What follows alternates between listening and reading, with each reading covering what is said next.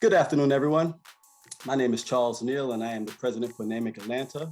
NAMIC standing for the National Association of Multi-Ethnicity and Communications.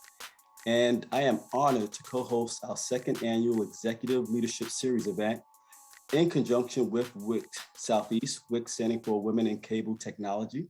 And this year, we're focusing in on how systemic unconscious bias impacts the workplace.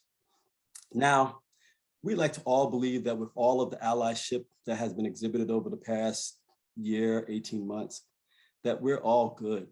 But the reality is that unless we're all the same race, we're gender neutral, the same age, we share the same religious beliefs, maybe the same height, weight, shape. If all those are in play, then yeah, we're good because there wouldn't be no unconscious bias. But the reality is that that's not our reality right now.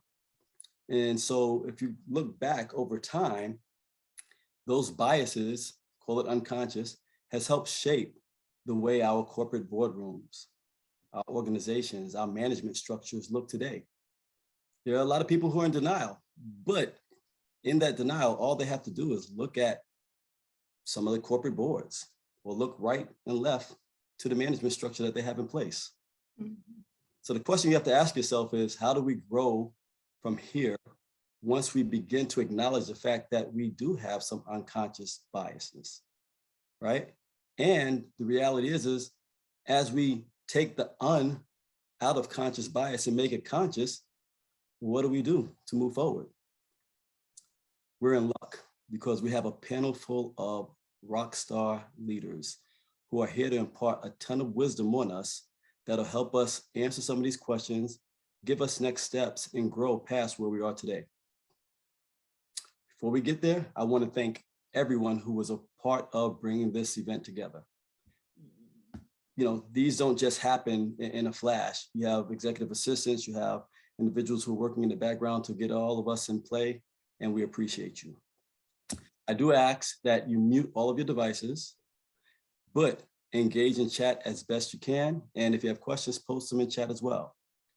One of our panelists was not able to make it. There was an emergency that occurred. And so Veronica Molina will not be with us today, but she is here with us in spirit, and we're going to make sure that we excel within this panel to illuminate the subject that we're talking about and to make sure that Veronica is proud of us as well. And so with that, I turn it over to Kanisha, and I ask that you please enjoy our event today. Thank you, Charles. Good afternoon, everybody. Thank you so much for virtually tuning into this event, but I'd definitely like to introduce our moderator for this lunch hour, Mr. Orlando Hampton. He is the Chief Customer Officer of Xfinity, and he is also the WIC Global Board of Diversity, and he's very passionate about diversity. So what better person to take away this panel? So Orlando, it's all yours. Thank you so much. Hello to everyone. I'm so excited to be here. This is a really humbling moment for me. When I look at this panel, I'm on a panel with three women who not only are leaders in this space, but all personal mentors of mine and people who I've drawn great inspiration from. So it's amazing to be here and moderating this panel today. Before we jump in, I wanted to actually start with an imagination exercise to kind of kick us into this topic. So I'm going to ask everyone to close their eyes. Closing your eyes is important. This is part of this exercise. And so this is for panelists and attendees. So imagine you wake up in your bed. You realize you're running behind schedule. You need to get to the airport to make an early morning flight. You race out the door to get to the airport, and eventually you get to your gate just in time to make the flight. The pilot steps out to say hello, tell everyone that the flight will be a smooth one. You land at your destination, you check into the hotel, you grab a recommendation for lunch, a lunch that at lunch, there's a sporadic round of applause as they announce a wedding anniversary of a couple at the next table. Who happen to have met at that very same restaurant. You enjoy a wonderful meal, then you head back to your hotel to prep for a big dinner meeting that evening with the chief customer officer of the hottest AI startup in the world. If you're able to negotiate an awesome deal, it'll be transformational for both you and your career. All right, open your eyes. All right, a few quick questions. The pilot on the plane, was she a woman? Yes, and a Black woman, and she's Jamaican. Amazing. The couple celebrating their anniversary, was it two men? Did the chief customer officer at the hottest AI startup in the world look anything like me? Those are the things that I want to think about today. So fear not, your answers don't mean that you're a bad person. It doesn't mean that you have bad intentions. It doesn't mean that you are consciously biased. What it means is that deep inside your subconscious, there is a list of assumptions that you will go to automatically.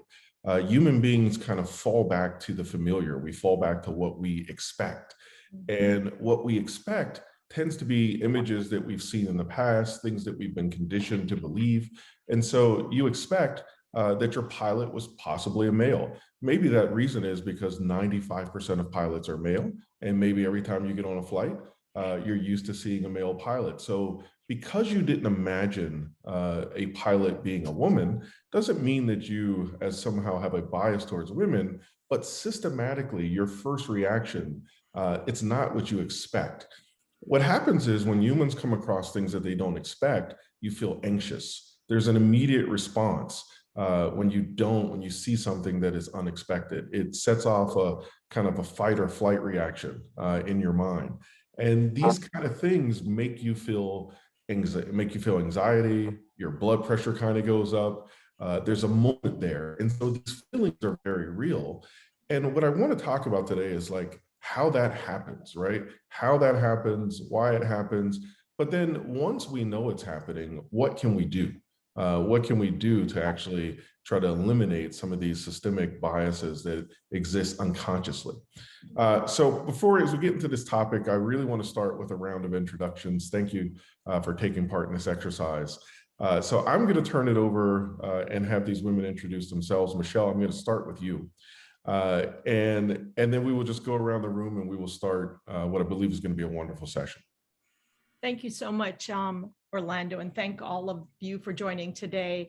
I'm really honored, and I feel like the sisterhood, well, I'm going to include you, Orlando, in the sisterhood here today. It's a wonderful experience just to be amongst these two very courageous and transformational leaders. So I'm very thrilled to be here. I'm going to keep my introductions very short. Michelle Ray, I'm the executive director of the Walter Cates Foundation. And for many of you who already know of the foundation, and for those of you who don't, we are really a national organization focused overarchingly on diversity, equity, inclusion, and I'd like to add belonging to that descriptive. The truth is that Cates sits at the intersection of diversity and gender, diversity and race, diversity and innovation. And we like to think that we are we look at diversity in very sort of broad terms as opposed to very specific areas of focus. And it very much aligns with how I see myself and my role within the diversity space. So with that, I'm going to move it on. Maria, how about we start with you? We go to you. Fabulous. Well, I feel it's coincidental, Orlando, because I feel honored to be among each of you. I have the great good fortune of working very closely with all of these fantastic people. Orlando Hampton sits on our global board of directors. At WICT, I'm the president and the CEO. And at WICT, we empower women in media, entertainment, and technology. We have over 10,000 members and 24 chapters globally. Our newest chapter that we're hoping to launch this year is in Zurich, Switzerland, and they will join our other international chapters in Amsterdam, the UK, and Latin America. You know, I am really good at one thing, and it's surrounding myself with people who are passionate about the same things WICT is all about: diversity, equity, and inclusion. And in doing that, it makes my job a lot easier because we're all sort of rowing in the same direction. And the reason I love working with Michelle and Shawnice is because we're very philosophically aligned in that regard. We believe that what's what gets measured gets done. And that's why probably our greatest partnership is the partnership that we put on the AIM-PAR survey, where we go into your workplaces and benchmark diversity, equity, and inclusion practices, as well as the number of women, people of color, and other metrics that we measure. It's really a testament to the industry itself that they allow us to do this through PwC, our third-party auditors. And it's because of that that I believe organizations like ours, like WIC and NAMIC and all of our chapters remain as strong as we are. It's simply put because diversity, equity, and inclusion is good for business, and all of the business people here today are its greatest ambassadors. So thanks for letting me be a small part of it. Welcome, Shanice. Okay, well, thank you, Orlando. I too am pleased to be here with two very extraordinary and exceptional women who I have come to know and importantly love over the course of my almost 3 years back at you with NAMIC. I actually turned 3 in September of this year, so no longer in my honeymoon phase. Thrilled to death about being a part of not only NAMIC, but this industry. And, you know, I echo the sentiments of both Michelle and Maria. NAMIC is, you know, what we focus on is educating, advocating, and empowering for multi-ethnic and multicultural diversity throughout our industry. We celebrated 40 years last year as an organization. 18 chapters are all across the US. Hot on your trails, Maria. We're going to be global sooner rather than later. More to come. That's not the subject today. But I'm just pleased to be here. You know, obviously in my capacity as president and CEO of NAMIC, you know, my focus is on diversity, equity, access, as well as inclusion.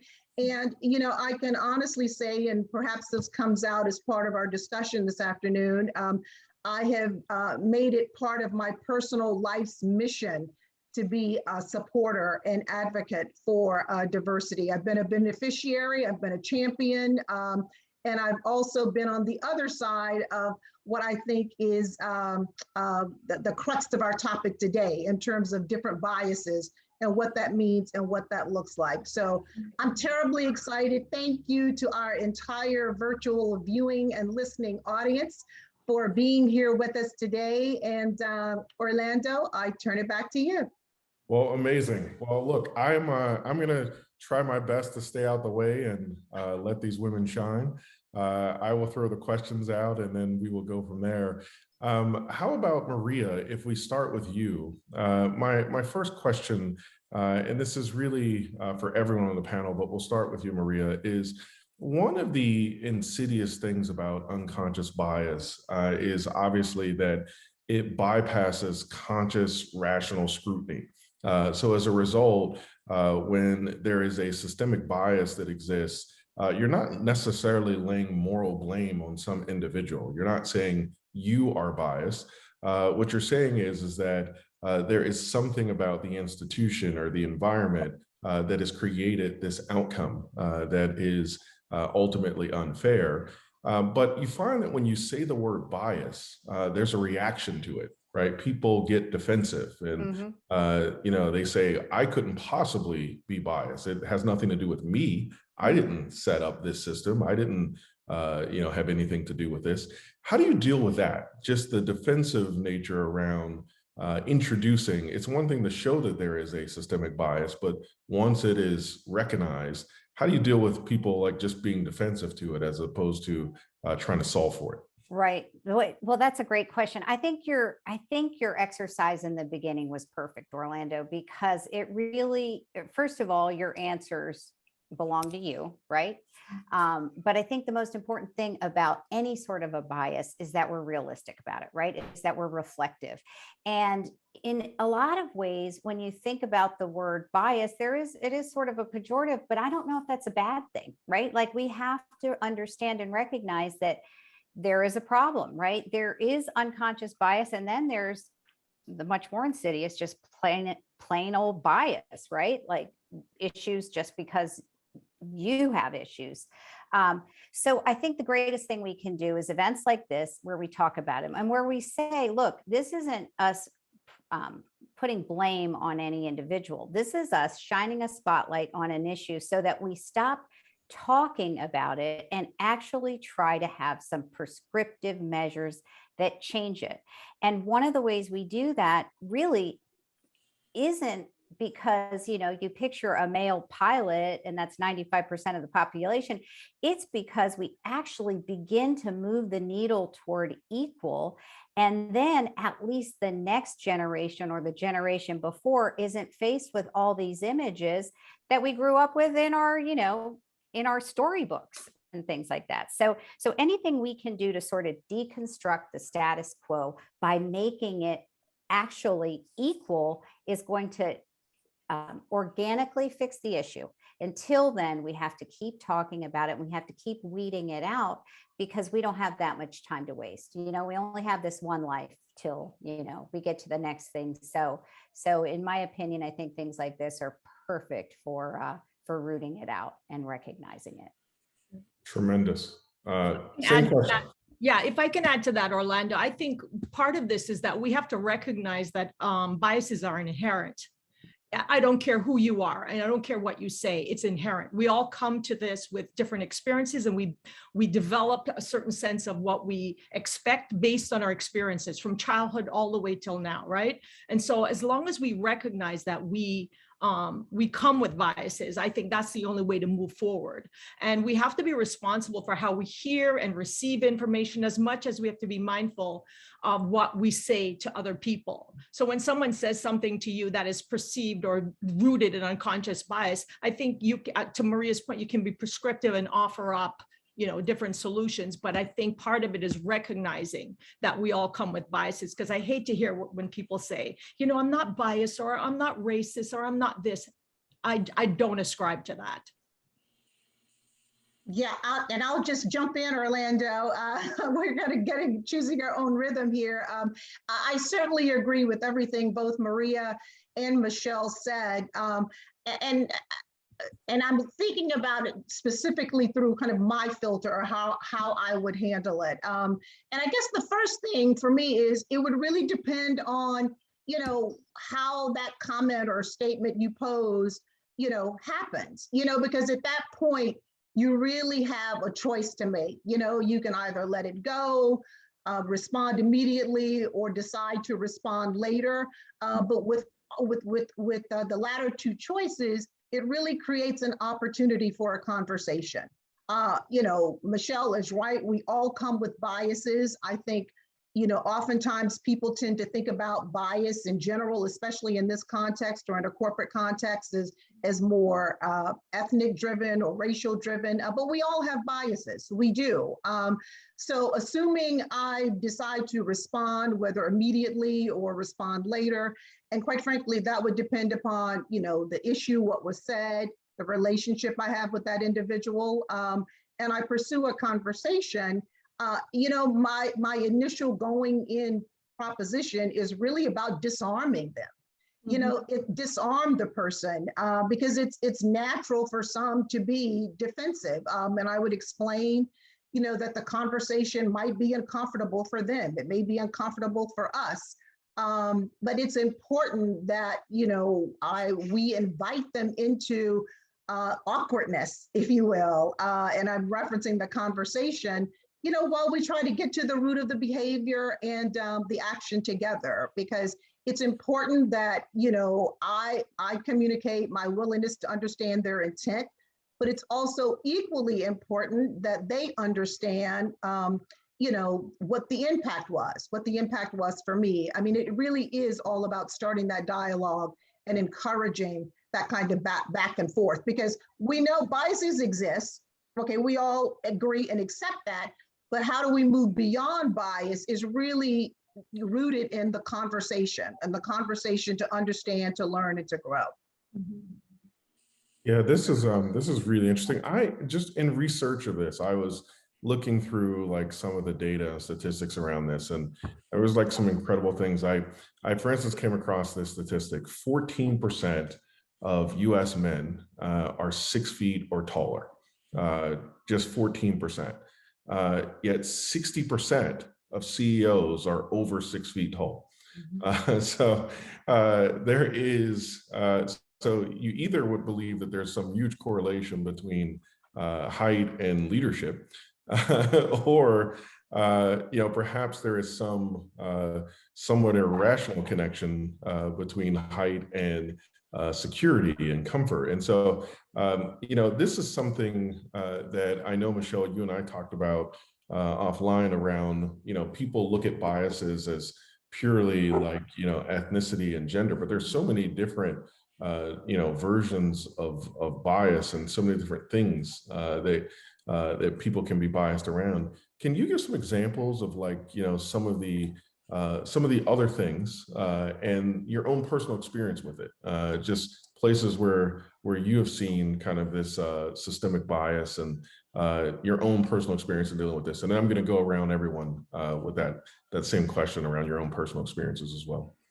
Sure. And so, it's not that I'm not a woman or I'm not a person of color, but I of course, it's easy to talk about those things that are very obvious. You walk into the room, the person is, their gender typically, and what, at least you think what race they are. But for me, and just because I think I've experienced this a lot in my work, and I see a lot of affinity bias, and I try my darndest, especially with my own team, is to make sure that we're not all aligned around the same thinking or the same way of wanting to solve for issues. So affinity bias is one of the things that I work very hard to try to avoid. And for many of you who don't know what affinity bias is, it's really about surrounding yourself unconsciously, of course, with people who think, act like you, who will line up behind you at every time. And again, with that sort of thinking, you don't get innovation, you don't get new ideas. And so if we are all lining up with the people who think and act like us,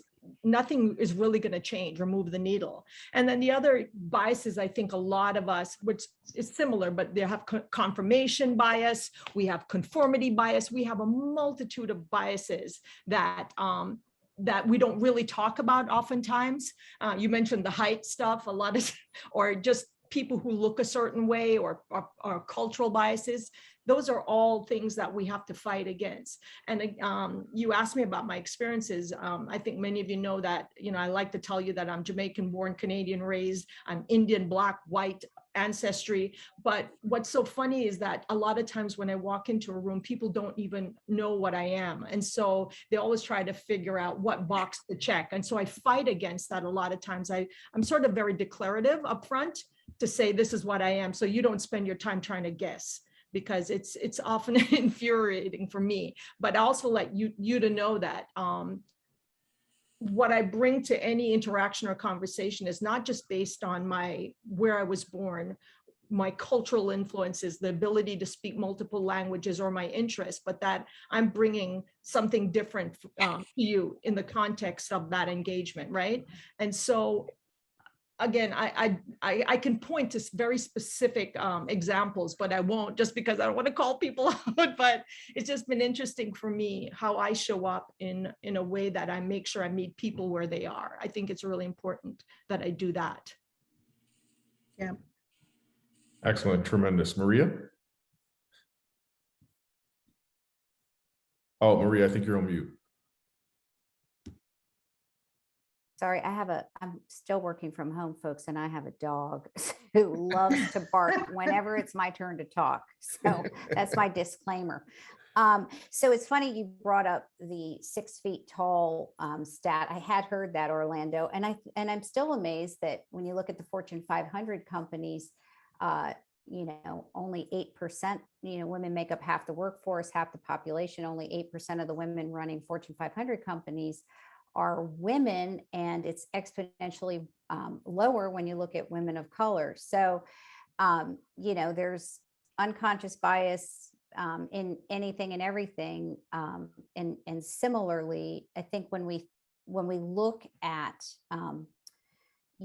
examples of how that shows up, I like what Shawnee said. I mean, I like what everyone's saying, of course, but I think the most important thing you can do is say, this is how this situation made me feel, or this is how this instance made me feel.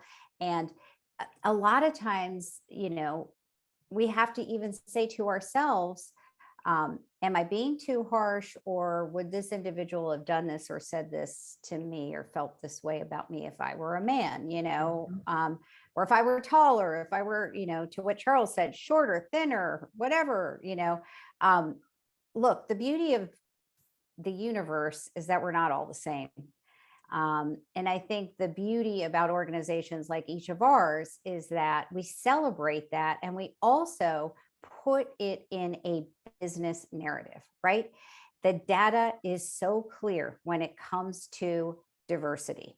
It tells us unequivocally that when you have a workplace, when you have a universe that is as diverse as those that you serve, in other words, that it matches at least the census, then you will have a better, stronger, faster company. You will have greater shareholder value, and you will have better profitability. You'll have higher staff morale, and you will have more people stay. You'll attract better talent.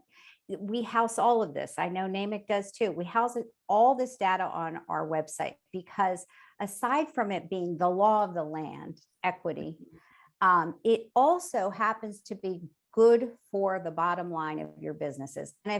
And if the righteousness of it doesn't get you, with which I suspect for most of us it does, just put it in a business metric. Put it in a place that any CEO in the world could appreciate, and every chief diversity officer already knows. When you have diversity in your ranks, when you are an inclusive culture, and when you treat your people equitably, you're going to be a better, stronger, faster company. And if you have any doubt about it, go to NAMIC's website, go to WIC's website, wic.org, search diversity facts, and you will see all the data that supports that statement. So if you're not going to do it because it's the right thing to do, root out unconscious bias, root out prejudice, root out unfairness, unequitable behavior. If you're not going to do it because it's the right thing to do, then just do it because it's the smart business decision. Yeah. Yeah, I agree with that. Well, I agree with everything that's been said. And Orlando, I will respond through kind of a personal filter, and being being the newest person to the industry, certainly as part of this panel. And for those who may not know, I mean, my primary career was in corporate America, when it spanned 22 years. I had 11 different increasingly responsible positions across 6 geographies. And I share that just for additional context. I was the first female, first African-American to become a sales rep for a Fortune 10 company in Columbia, South Carolina, emphasis on South. My territory was metro as well as rural. And I began in an entry-level position and retired from the C-suite. And I was fortunate to work for a company that had a long-standing track record in diversity. In fact, the company I worked for hired the first Black salesperson, for a major Fortune 100 company. But that said, over the span of my career, and my comments are really directed towards, I am going to talk specifics, but specifics not by name, but I'm sure that there are persons in our listening audience who may be experiencing similar situations. But over the span of my career, I am certain that I was selected for more than a couple of promotions early in my career because it was a diversity decision. It was a diversity decision. I also faced various biases, a lot of gender bias. In fact, as a sales rep, I can recall one of my customers who stated, and I'm going into the store, the account, making my first call, is, brand new to the company, brand new to my territory. And, the owner of the store said to me, he says, do you realize that some man doesn't have a job and cannot feed his family because I had the position? And I was just, kind of blown away by that, and he said he didn't want me in a store. I promptly packed my stuff and I left. and I immediately closed the account.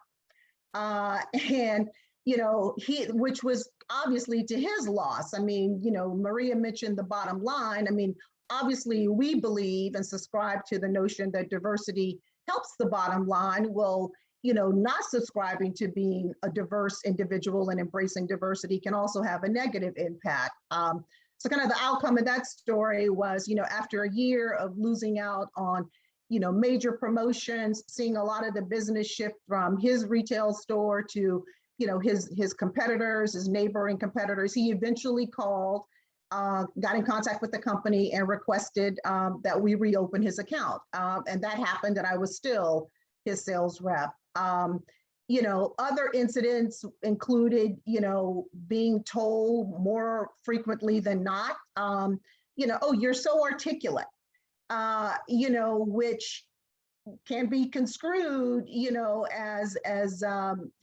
quite frankly, Black people or African Americans not being so articulate and incapable of having, competent conversations, or, you're so confident. It's like, so what does that mean? You show up as a professional, you're given a job, one should be confident. And, these were comments made, I think signaling that I perhaps was being too forthright or too bold, in my comments when, my male counterparts in the very same meeting, in the very same room, were responding in similar manner. So those are just some of the examples. It manifests itself in a lot of different ways. And again, sharing that because, I imagine several in our viewing audience have, these experiences, and it's important to know that we as leaders, certainly with the mics today, or the MICs, as I'm told it's now pronounced, have all been there, and, as they always say, there's nothing new under the sun. So I'll stop there. If I can just add something to that, Orlando, I Please. saw that you typed something in the chat, and thank you so much for outlining that. I think somebody had a question about what is an affinity bias, but the truth is that I've experienced it in the way that I was amongst a group of folks that went to Stanford University, and they were all helping each other and talking about their experience at Stanford, and everybody was so aligned. And then I was sort of the lone wolf on the side. I couldn't really add to the experience at Stanford. And so I had to insert myself in there. It was so funny because everybody was so engaged and so like of the same mindset.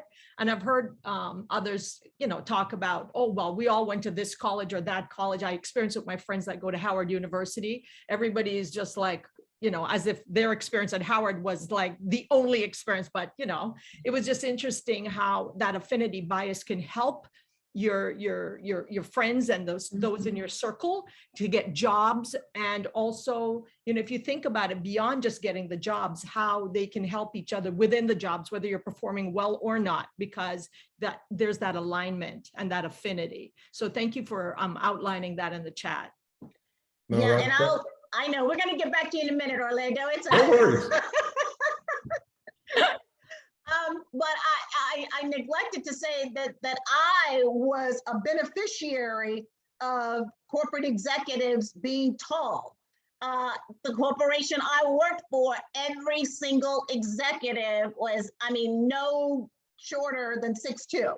And the fact that I was a tall woman, again, we have to look at all sides of bias.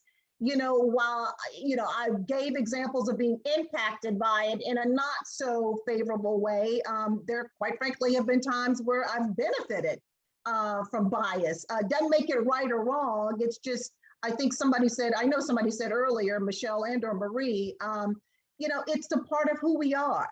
It's a part of who we are. Okay, Orlando, back to you.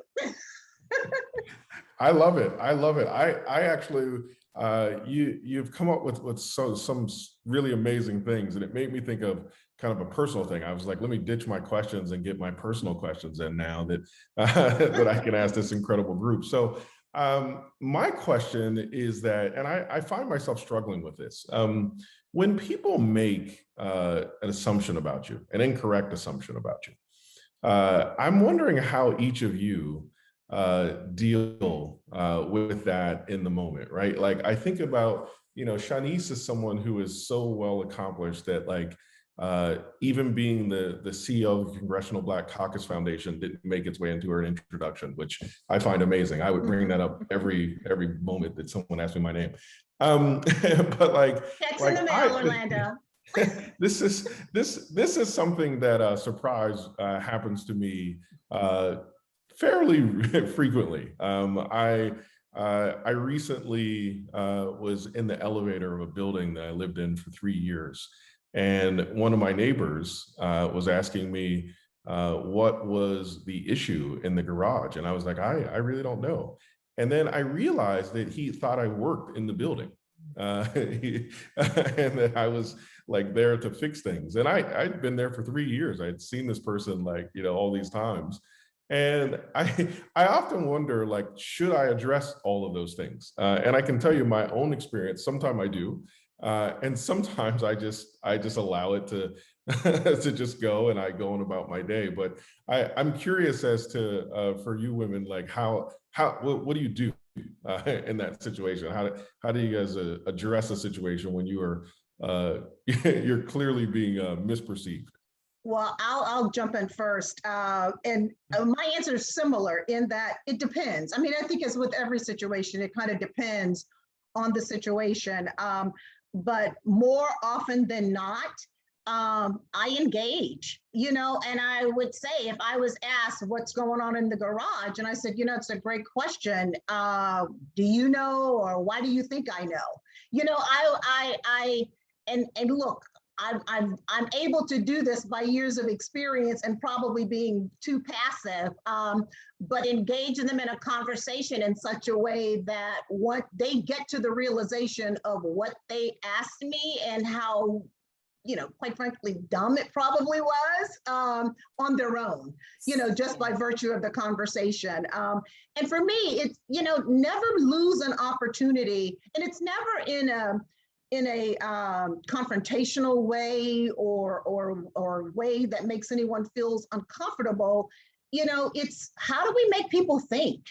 I mean, if you can touch someone in that way, whether through, asking them a return question or somehow just asking, creating a situation where they are self-reflecting about what they said and what that means, that's a critical takeaway. And you generally can tell, I mean, not always, but you can generally tell by the expression on their face or, how they leave it or how they move away. And for me, that, that's a measure of success. I think too, Shanice, you put a very good point on it. I mean, how I used to deal with what I would consider an unconscious bias or just flat out bias versus how I do now is very different. So depending on who's in the audience, I would say this. I would say that never miss a good opportunity to teach somebody just how narrow-minded or myopic their world is. Right. And I don't think there's anything wrong with doing it in a way that is a little bit, galling, because I do have to say, even though we have a long way to go, to make that kind of an assumption, when I look at you, Orlando, I've been to your penthouse, and that's, I mean, you belong there, my friend. So the point is, I think Shanice is right. I think you can say, I have no idea. I've lived here for 3 years and I've never seen this issue. That's one way of doing it, right. Especially when you're with a coworker. Again, we're talking about unconscious bias, not flat out racism, prejudice, stereotypical aggressive behavior. I think that's a good prescriptive way to do it. And then sometimes in the workplace, I remember being pretty young in my career and saying to my boss's boss, whenever you talk about this guy, with women, we use the word assertive versus aggressive and bad, and when women are too aggressive, that's considered a bad thing. But when men are, that's considered a hashtag boss, So I remember confronting that early in my career. That was, like when I was in my 30s, which was like 100 years ago, and saying, that makes me feel like there's something. And he was just floored. I mean, he just had no idea. And I remember at the time it was a little bit scary to do it because he was a lot older than me and a lot more senior, but it was truly a bit of an awakening for him. So I think at the heart, what we're talking about is people who are put in sort of a sociological reality. But also, we've never had a better time to start to correct those realities because, I don't know, arguably for the first time in our human history, people are going to be more receptive than, or should be more receptive than ever, or let's hope so anyway. Yeah. So Orlando, I just show up and show out. I mean, it's as simple as that. I'm not trying to, save anyone's feelings. I mean, the truth is I've had an experience not so long ago in this job where I was with many CEOs in a room and they're all talking about fishing and hockey and blah, blah, blah, blah, blah, blah, blah. And I was like, And I wanted to insert myself, obviously, but I showed up in a way to make them understand, like, these conversations they're not above me. Yeah, I know the stats for these hockey players. I know this league. I know these players. I know who's Canadian, who's not Canadian, who's American, which one come from Europe. And I think there was a silence, like, about what? How do you know what his stats are? I'm like, because that's my thing. So it's showing up in an unexpected way oftentimes. And again, it wasn't in a obnoxious sort of way, but I just felt like I had to lean in, and it may be a little braggadocious, but I just had to do it just to reset the room. I love it. I love it. I love it. So I'm gonna change the to move over to a little bit of solutions-based stuff. I'm interested for organizations when you recognize an issue of systemic bias in an organization, right? You don't know the reason. Maybe you don't have like an individual culprit to point to, but you look across the organization and you realize that there is some systematic inequity in some approach, whether it be hiring or retention or compensation. The data tells you that there's something here, and by which things are not actually just being distributed randomly or evenly throughout the organization. So then what? What do you do as an organization to try to help overcome systemic bias that already exists there in your organization? I find that, I'll say this before I throw it to you, the answer, that I find one of the things that gets people stuck is what I talked about earlier, is that we look for an individual bad actor, right? If we can just find the one person in the organization who refuses to hire African Americans, if we can just get to that one manager who won't, promote any women, and you often can't find that person. There is no individual bad actor. It's just the outcome of what we've been doing. And then I find that organizations kind of get stuck. So what do you do? What do you do in that case? You've uncovered this systemic bias. Now what do you do? So Orlando, it's so funny. This is the best, you set us up for the best commercial for companies to participate in the AIMPAR survey that we're going to deploy in November, right? It's as if we fed him that question. So I'm going to say this, and then I'm going to turn it over to my very capable subject matter expert colleagues. It often isn't one bad actor. It often is policies that are long-lived, that can be easily corrected to create great course correction. When it comes to pay equity, all the companies that have less of an issue have a written pay equity policy. This is a best practice. This is an inclusive tactic. When it comes to maternity leave, paternity leave, all the best companies have inclusive practices that allow women to go away and have a baby and know that their job is still going to be there. And the really great companies let their partners do the same thing, even if they didn't actually have physically have the baby. So part of what we're here today to sort of espouse is that there's a lot of great data that all three of our organizations trumpet as practices that will help make your organization more inclusive. And when you are more inclusive, you attract a more diverse population. And when you're more diverse, you have better opportunity to create equality across the company. And the best way to do that is to create tactics, practices, policies, and procedures. As boring as that might sound, it actually works. And we know it works because we measure every other year. We measure and we can see the trajectory, and we can help companies make course corrections so that year over year, we are getting closer and closer to equal. And we can even start to see a light at the end of the tunnel with some of these metrics where there is actually going to be, maybe in our lifetime, some parity with when it comes to people of color, women, sexual orientation, and white males. Yeah, I would just build on what Maria said, and I think she's absolutely right. And just to kind of build on that and put a finer point on it, I mean, Orlando, you mentioned like systemic bias versus individual bad characters. Well, and perhaps it's an oversimplification, but to me, systemic biases are barriers maintained by institutions. Okay, and then I have like unconscious biases maintained by individuals. Obviously, individuals make up the system, if you will. And I'll describe it in using kind of a non-industry analogy. And it's related to something that, we are all familiar with, certainly over the course of the last year and several months. But let's look at the legal system, for example.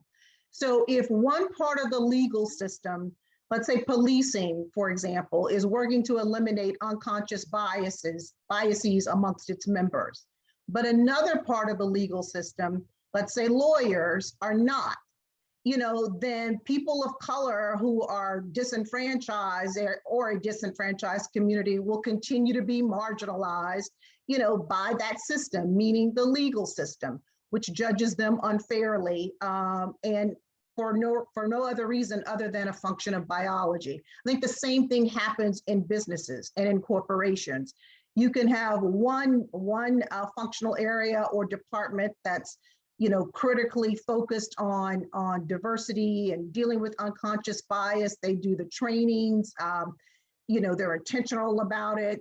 To Maria's point, and the policies is really critical because that gets to the heart of the structural issues that kind of lend itself, they're not kind of, but do lend itself to the existence of biases and not correcting them.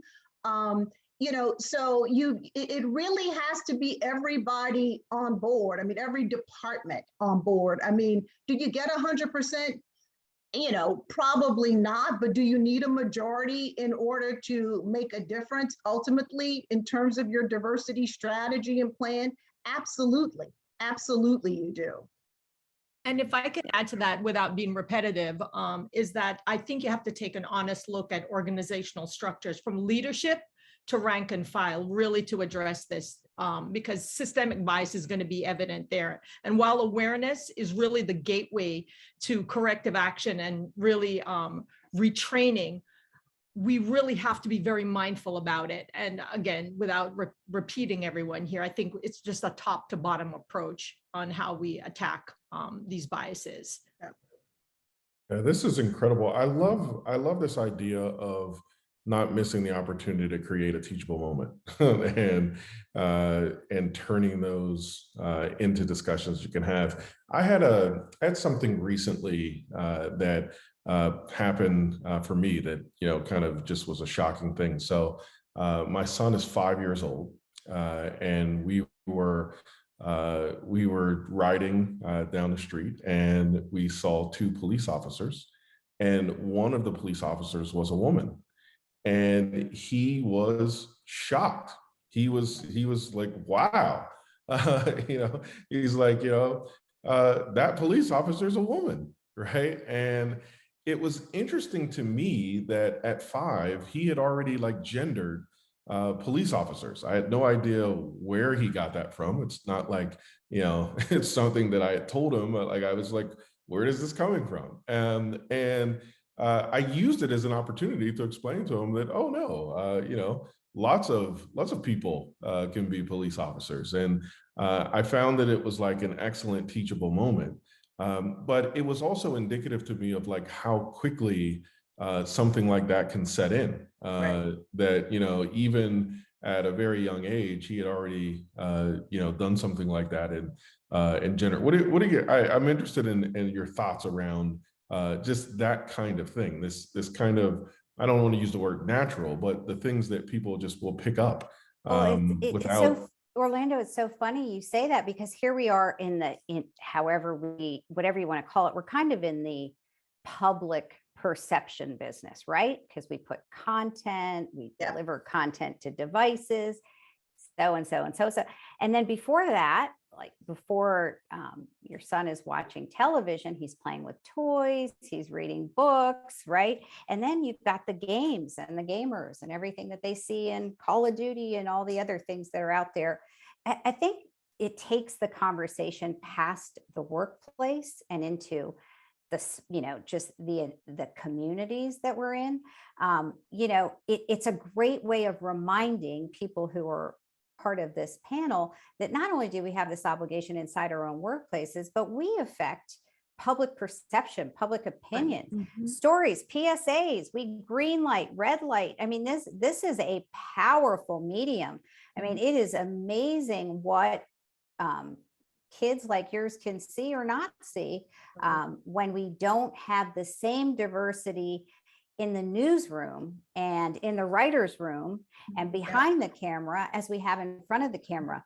You know, Kathy Hughes tells a great story about, you know, if it weren't for, you know, putting some women in power back in the day, we wouldn't have nearly the funding we have for breast cancer research because of a round of PSAs. So it's a great way of reminding us that aside from the importance of a workplace that is a workplace that's a place we want to be, it's